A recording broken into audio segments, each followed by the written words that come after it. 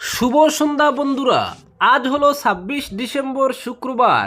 আজকের সন্ধ্যার বিশেষ বিশেষ খবর হলো ১ জানুয়ারি থেকে বদলাচ্ছে ট্রেনের সময়, জনবিরোধী আখ্যা দিয়ে প্রতিবাদের ঝড়, উত্তর পূর্ব সীমান্ত রেলওয়ে কর্তৃক গুয়াহাটি সাইরাং গুয়াহাটি এক্সপ্রেসের সময়সূচি পরিবর্তন এবং বিস্তাডুম এক্সপ্রেস স্থায়ীভাবে বন্ধ করে দেওয়ার সিদ্ধান্তকে কেন্দ্র করে বরাক উপত্যকায় তীব্র ক্ষোভ ও প্রতিক্রিয়ার সৃষ্টি হয়েছে।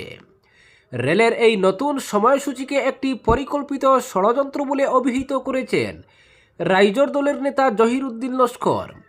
২৪ ডিসেম্বরে রেল কর্তৃপক্ষের জারি করা নির্দেশিকা অনুযায়ী আগামী ১ জানুয়ারি থেকে 15609 গুয়াহাটি সাইরাং এক্সপ্রেস সকাল ৬টায় গুয়াহাটি থেকে রওনা হবে।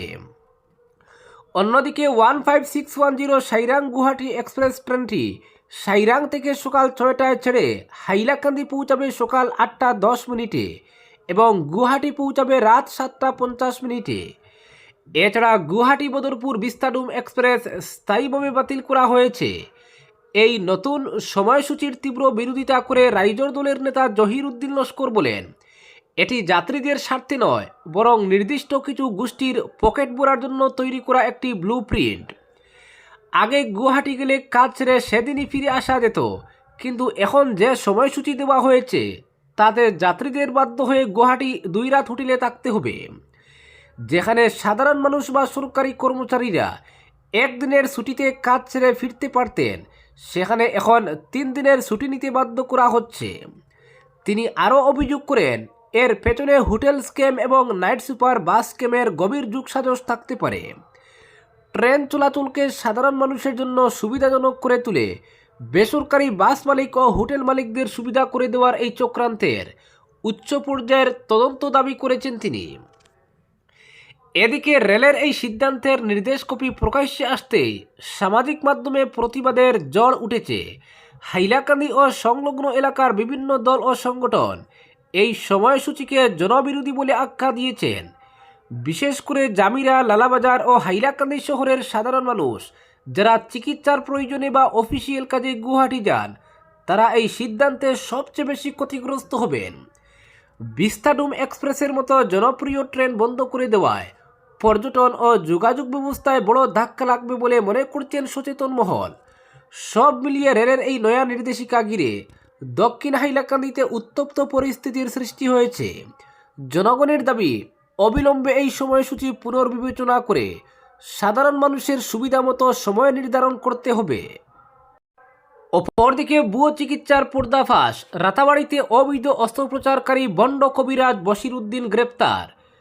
সাধারণ মানুষের অসহায়তা ও বিশ্বাসকে পুঁজি করে দিনের পর দিন ভুয়ো চিকিৎসা ও অবৈধ অস্ত্রোপচারের মতো মারাত্মক অপরাধ চালিয়ে যাচ্ছিল এক কুখ্যাত ভণ্ড কবিরাজ। অবশেষে আইনের জালে ধরা পড়ল রাতাবাড়ির বাসিন্দা বশির উদ্দিন।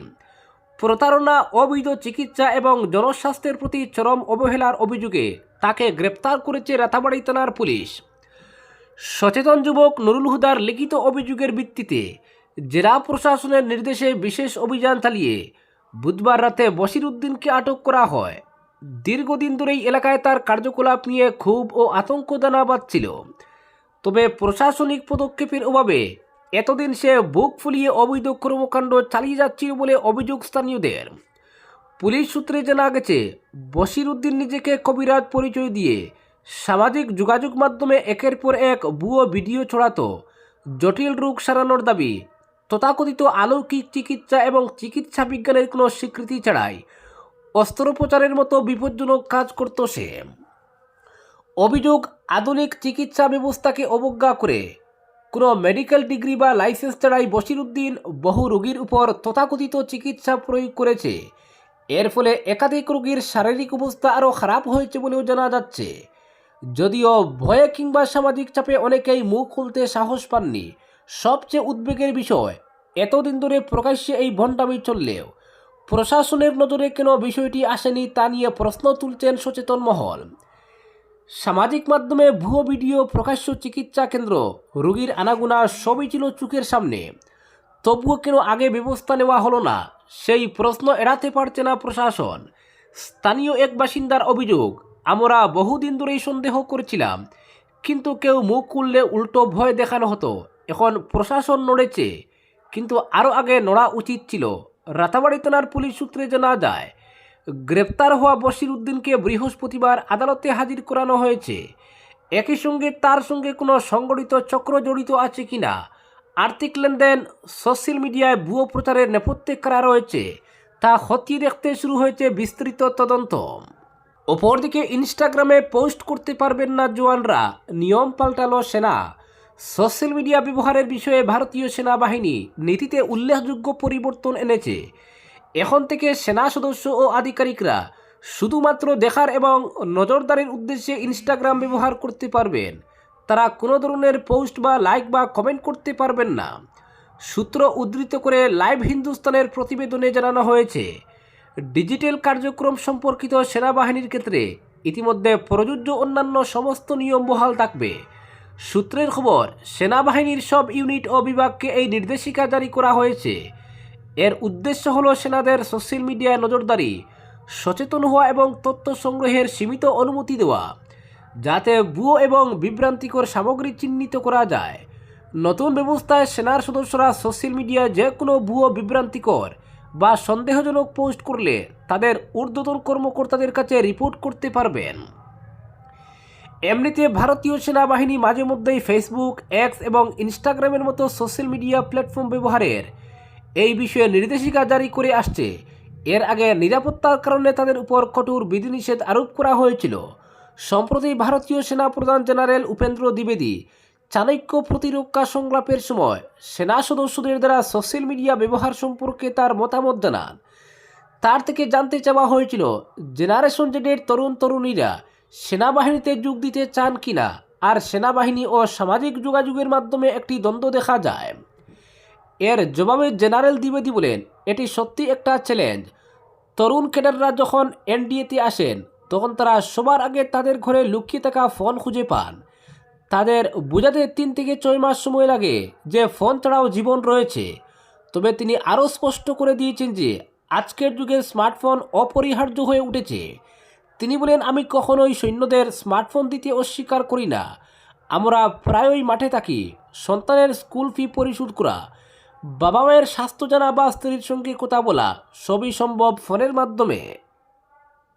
অপরদিকে কার্বি আংলং নিয়ে প্রধানমন্ত্রীর হস্তক্ষেপ চাইলেন দেবব্রত শইকিয়া। কার্বি আংলং স্বায়ত্তশাসিত পরিষদের মুখ্য কার্যবাহী সদস্য তুলিরাম রংহাঙ্গের বাসভবনে অগ্নিসংযোগ এবং তার পরপরই সেই বাড়ি বুলডোজার দিয়ে গুড়িয়ে দেওয়ার ঘটনায় তীব্র উদ্বেগ প্রকাশ করলেন আসাম বিধানসভার বিরোধী দলনেতা দেবব্রত শইকিয়া। ঘটনাটিকে ঘিরে প্রমাণ লোপাটের গুরুতর অভিযোগ তুলে তিনি সরাসরি প্রধানমন্ত্রীকে চিঠি লিখে অবিলম্বে হস্তক্ষেপের আবেদন জানিয়েছেন।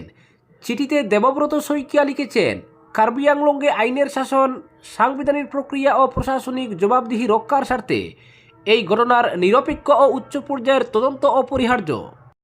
তার বক্তব্য অনুযায়ী গত 22 ডিসেম্বর পিজিআর ও বিজিআর জমি সুরক্ষার দাবিতে চলা আন্দোলনের মধ্যেই পরিস্থিতি উত্তপ্ত হয়ে ওঠে। পশ্চিম কার্বি আংলংয়ের ডঙ্কামুকাম এলাকায় তুলিরাম রংহাঙ্গের বাড়িতে অগ্নিসংযোগের ঘটনা ঘটে। তার জেরে পুলিশ ও আন্দোলনকারীদের মধ্যে সংঘর্ষ শুরু হয়, কারফিউ জারি করতে হয় এবং এলাকায় বিপুল সংখ্যক পুলিশ মোতায়েন করা হয়। বিরোধী দলনেতার অভিযোগ, ঘটনার রাতে তুলিরাম রংহাং একটি নৈশভোজের আয়োজন করেন। সেই সময় আন্দোলনকারীদের জোর করে সরিয়ে দিতে পুলিশকে নির্দেশ দেওয়া হয়। পরে গভীর রাতে স্বাস্থ্য পরীক্ষার অজুহাতে আন্দোলনকারীদের কাছাকাছি থাকা ডিফু মেডিকেল কলেজ হাসপাতাল এড়িয়ে গুয়াহাটি মেডিকেল কলেজ হাসপাতালে নিয়ে যাওয়া হয়। এই পদক্ষেপে স্থানীয়দের ক্ষোভ আরও বেড়ে যায় এবং পরিস্থিতি হিংসাত্মক রূপ নেয় বলে চিঠিতে উল্লেখ করা হয়েছে। দেবব্রত শইকিয়াদের মতে, অগ্নিসংযোগের পর সবচেয়ে প্রশ্নবিদ্ধ বিষয় হল তদন্ত শুরুর আগেই পুরো বাড়িটি বুলডোজার দিয়ে ভেঙে ফেলা। তার দাবি, ওই বাড়িটি ছিল আগুন সংক্রান্ত অবহেলা, দাঙ্গা, সরকারি কর্মচারীর কাজে বাধা দেওয়া সহ একাধিক গুরুতর অভিযোগের গুরুত্বপূর্ণ প্রমাণস্থল। কোনো ফরেনসিক পরীক্ষা বা আদালতের নির্দেশ ছাড়াই ঘটনাস্থল ধ্বংস করে দেওয়ায় ফৌজদারি কার্যবিধি অনুযায়ী প্রমাণ সংরক্ষণ ও হেফাজতের নিয়ম ভঙ্গ হয়েছে বলেও তিনি অভিযোগ করেছেন। চিঠিতে আরও বলা হয়েছে, স্থানীয়ভাবে তুলিরাম রংহাঙ্গের বিরুদ্ধে দুর্নীতির একাধিক অভিযোগ রয়েছে। দেবব্রত শইকিয়ার সন্দেহ, দুর্নীতি সংক্রান্ত নথি বা অবৈধ অর্থ আড়াল করতেই তড়িঘড়ি বাড়িটি গুড়িয়ে দেওয়া হয়েছে। ধ্বংসস্তূপ তল্লাশি, ভিডিও ধারণ বা ফরেনসিক বিশ্লেষণ সম্পর্কে পুলিশের তরফে কোনো স্পষ্ট তথ্য না থাকায় এই সন্দেহ আরও জোরালো হচ্ছে বলেও তার দাবি। বিরোধী দলনেতা স্মরণ করিয়ে দিয়েছেন, সংবিধানের ষষ্ঠ তফসিল অনুযায়ী আদিবাসী অধ্যুষিত অঞ্চলগুলির ভূমি, সংস্কৃতি ও পরিচয় রক্ষায় বিশেষ সাংবিধানিক সুরক্ষা রয়েছে এবং এই অঞ্চলে কেন্দ্রীয় সরকারের প্রত্যক্ষ আর্থিক সহায়তাও পৌঁছায়।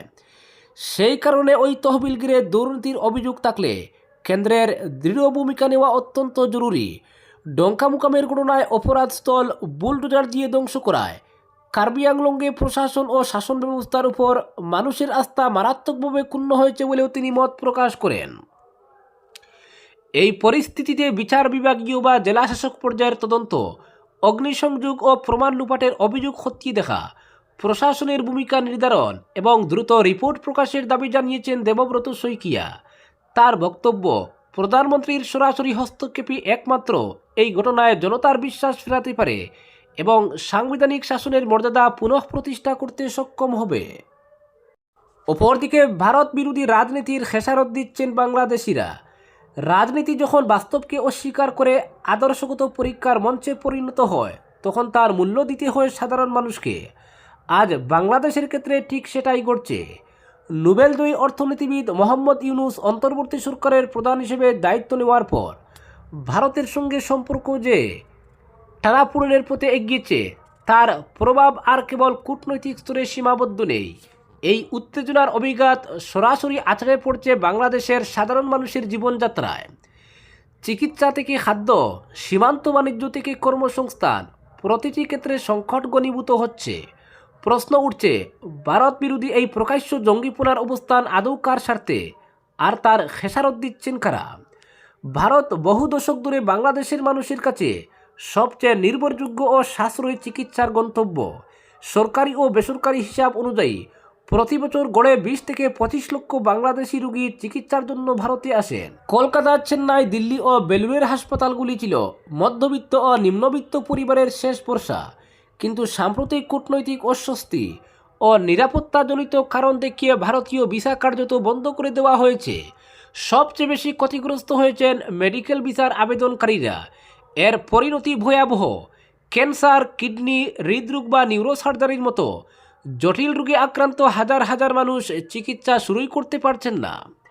বাংলাদেশের স্বাস্থ্য ব্যবস্থা এখনও সেই মাত্রায় প্রস্তুত নয়। উন্নত চিকিৎসা সীমিত, আকাশচুয়া।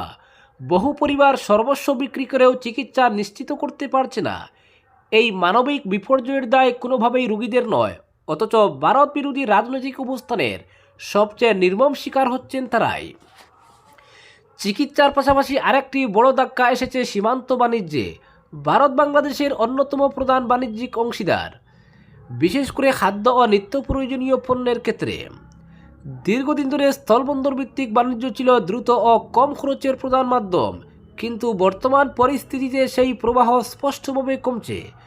সবচেয়ে বড় স্থলবন্দর বেনাপুলের পরিসংখ্যানী বাস্তবতা তুলে ধরে 2023-24 অর্থবর্ষে যেখানে ভারত থেকে বাংলাদেশে আমদানি হয়েছিল প্রায় 21,14,000 টন পণ্য, সেখানে 2024-25 অর্থবর্ষে তা নেমে এসেছে প্রায় 20,39,000 টনে।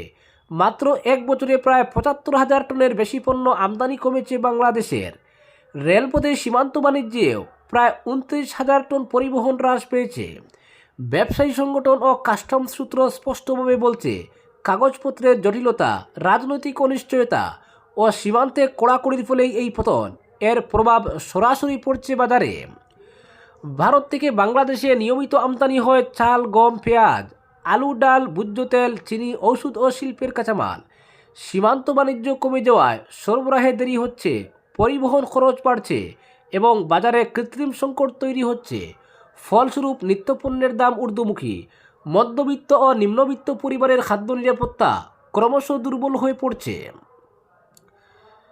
ইউনূস সরকারের ভারত বিরোধী অবস্থান রাজনৈতিক ভাষণে কঠোর শোনাতে পারে, কিন্তু বাস্তবে তার ফল ভয়াবহ। রোগীরা চিকিৎসা পাচ্ছেন না, সীমান্ত বাণিজ্যে দর নামছে, নিত্যপণ্যের দাম বাড়ছে, মানুষ জীবিকা হারাচ্ছেন। রাজনৈতিক পরীক্ষার মূল্য দিচ্ছেন বাংলাদেশের সাধারণ মানুষ। প্রতিবেশী ভারতের সঙ্গে সহযোগিতামূলক বাস্তববাদী ও জনগণ কেন্দ্রিক সম্পর্ক ছাড়া বাংলাদেশের সাধারণ মানুষের স্বার্থ রক্ষা সম্ভব নয়।